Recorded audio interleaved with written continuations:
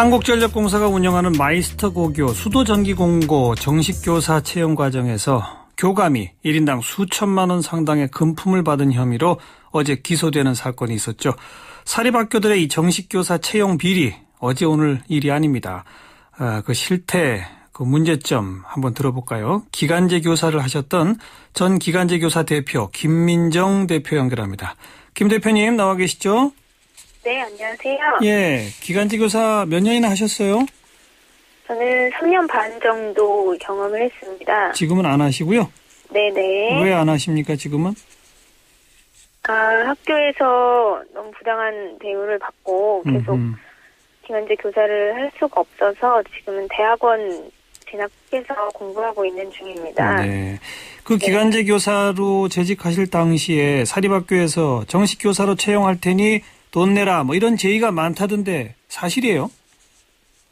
다들 그렇게 알고 계시는 게 아니 땐 굴뚝에 연기가 나는 게 아니고 실제로 기부금이라는 명목이나 학교 발전 기금으로 많이 요구를 받고 있고요. 네. 정교사 채용이 이제 합격을 했더라도 합격한 이후에 학교에서 요구하는 경우도 많이 있어요. 합격 후에 돈을 내라고 한다? 네네. 만약에 이제 돈을 내지 않을 경우에는 그 다음 순위자가 채용이 되는 경우도 있고요. 실제로 주변에 그런 구체적 사례들을 듣고 계세요?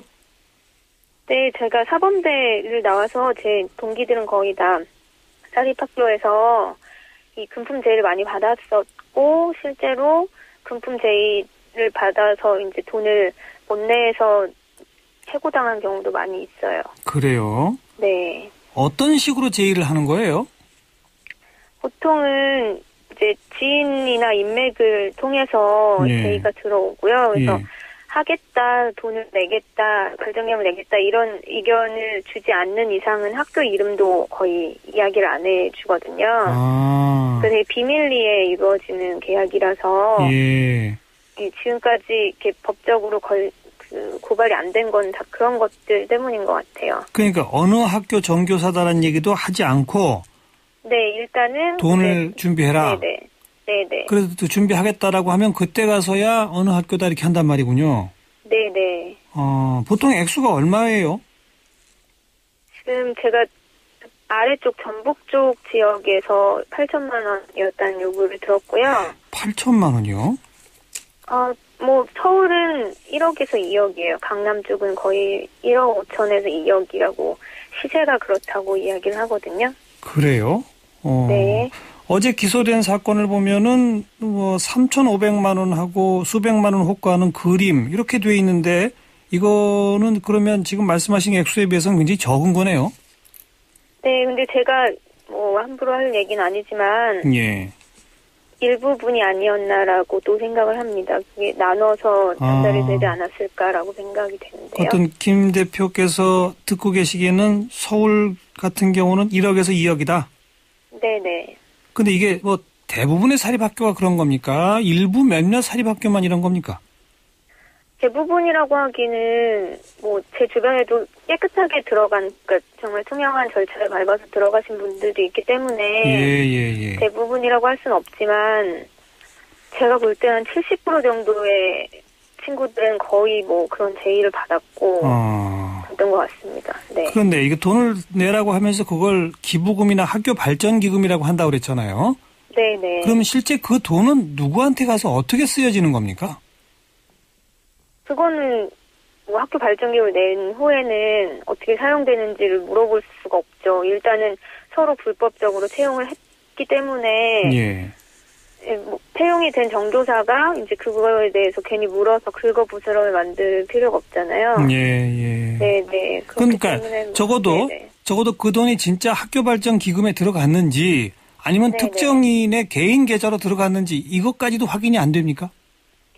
계좌로 보내는 경우는 저는 한 번도 못 들어갔고요. 직접 현찰로 전달이 된다고 들었거든요. 다 현찰로? 네. 그러니까 그게 이제 어디로 들어갈지 학교 발전 기금으로 해서 학교 운영에 쓰일지 아니면 누군가 개인 주머니에 들어가서 개인 돈으로 쓰일지 알 수가 없는 거군요. 네, 아시겠지만 근데 학교 발전 기금이 학교에 부족하지 않거든요. 예, 예. 네, 그렇기 때문에 학교에서 쓰기보다는 아마도 개인들이 쓰겠죠. 그건 뭐 우린 너무 다 아는 얘기잖아요. 그런데 말만 네. 기부금이나 네. 학교 발전 기금이라고 한다. 그런 얘기로군요. 네, 네. 그런 돈을 실제 받아 챙기는 사람은 누굴까요? 학교 교장? 이번엔 교감이 지금 기소됐는데. 당연히 재단에서 임용권을 가지고 있는 사람들이겠죠. 아니면 적어도 임용권에 큰 관련이 있는 예. 사람들이겠죠. 재단 측이거나 네. 아니면 뭐 교장, 교감 이렇게 영향력 있는 네. 사람들. 네, 그렇죠. 임용권을 지금 학교 측에서 가지고 있잖아요. 사립학교는. 예, 그렇기 때문에 이런 비리가 계속 일어난다고 보고요. 되짚어보면 이런 그 불법 자금, 뇌물 제공하지 않은 정말 실력 있는 네, 선생님들은 네. 다 채용되지 못했다. 이렇게 볼 수 있는 거 아니겠습니까? 그렇죠.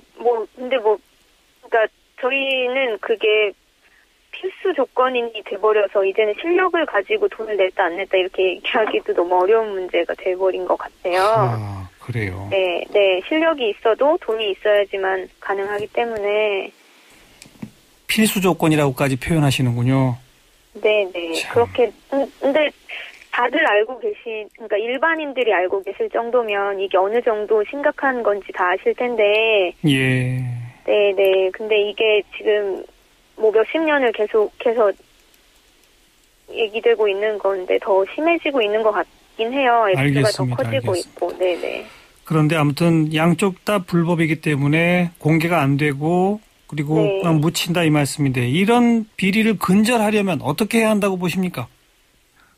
제일 중요한 건 임용권이 지금 비리를 저지를 수 있는 여지를 계속 주고 있는 거잖아요. 예, 예. 그래서 이미 임용권을 투명하게 관리할 수 있는 채용 그 절차를 투명하게 공개할 수 있는 방법을 마련해야 될 것 같아요. 예, 예. 네. 임용권의 투명 관리한 채용 절차의 공정화 이거로군요. 네, 네. 사립학교는 일반 사기업하고 또 좀 다르지 않습니까? 그렇죠? 당연하죠. 사립학교에 물론 채용이 됐다고 했을 때 재단에서 월급이 나오는 게 아니고 교사들의 월급은 교육부에서 집행이 되거든요. 네. 그러니까요. 예. 네, 그렇기 때문에 이건 사기업하고는 전혀 다른 개념이고 공기업하고 오히려 같은 개념이라고 저는 보고 있고요. 예. 네, 네. 국민 세금으로 월급 주는 교사들이니 아무리 사립학교라 하더라도 그 채용 절차와 과정을 투명하게 만들자 이런 말씀이시군요. 네, 네. 하루빨리 그런 법이 좀 만들어졌으면 좋겠습니다. 네, 고맙습니다. 네, 감사합니다. 네. 예, 전 기간제 교사 대표 김민정 선생님이었습니다.